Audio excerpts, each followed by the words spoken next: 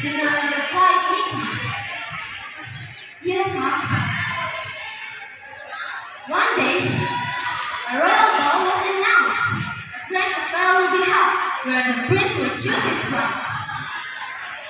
Cinderella's stepsisters were excited and began to prepare their crowns.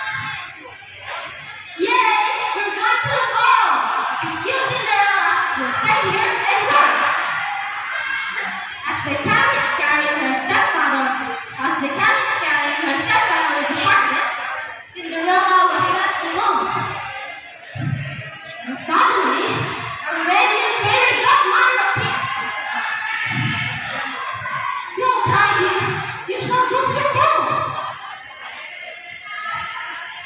With a wave of her wand, she turned Pumpkin into a carriage, Hans into a horses, and Red, beautiful guys.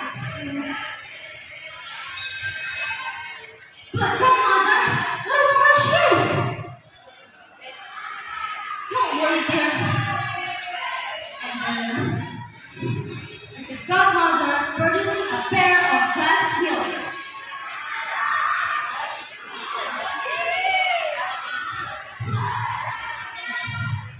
"Remember, you must use the ball before the midnight case." When Cinderella arrived at the ball, she looked so elegant, and the prince was captivated.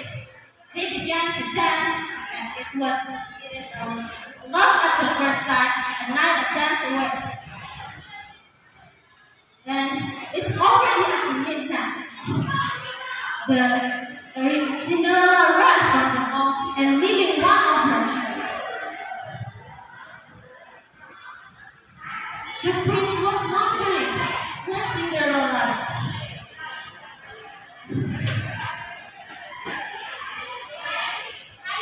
The prince finds Cinderella all over the kingdom and trying the high heels of every maiden, and he finally got on Cinderella's head.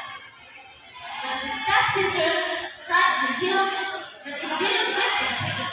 As Cinderella's turn, it fit perfectly. The prince was happy. He had already found the love of his life.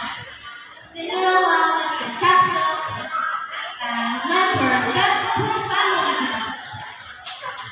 The prince and Cinderella get married. The marriage was a grand affair attended by entire